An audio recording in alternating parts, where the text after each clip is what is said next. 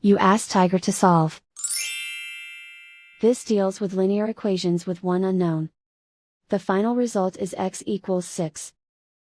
Let's solve it step by step. Simplify the expression. Group like terms. Simplify the arithmetic. Group all x terms on the left side of the equation. Subtract 2x from both sides.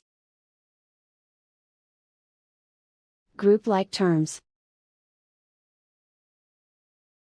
Simplify the arithmetic. Group like terms. Simplify the arithmetic. Group all constants on the right side of the equation. Subtract 4 from both sides. Simplify the arithmetic.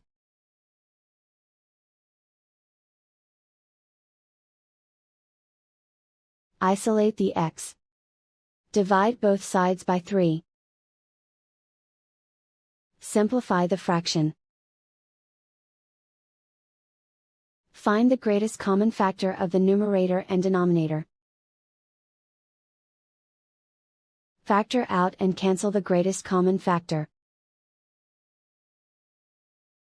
And so the final result is x equals 6.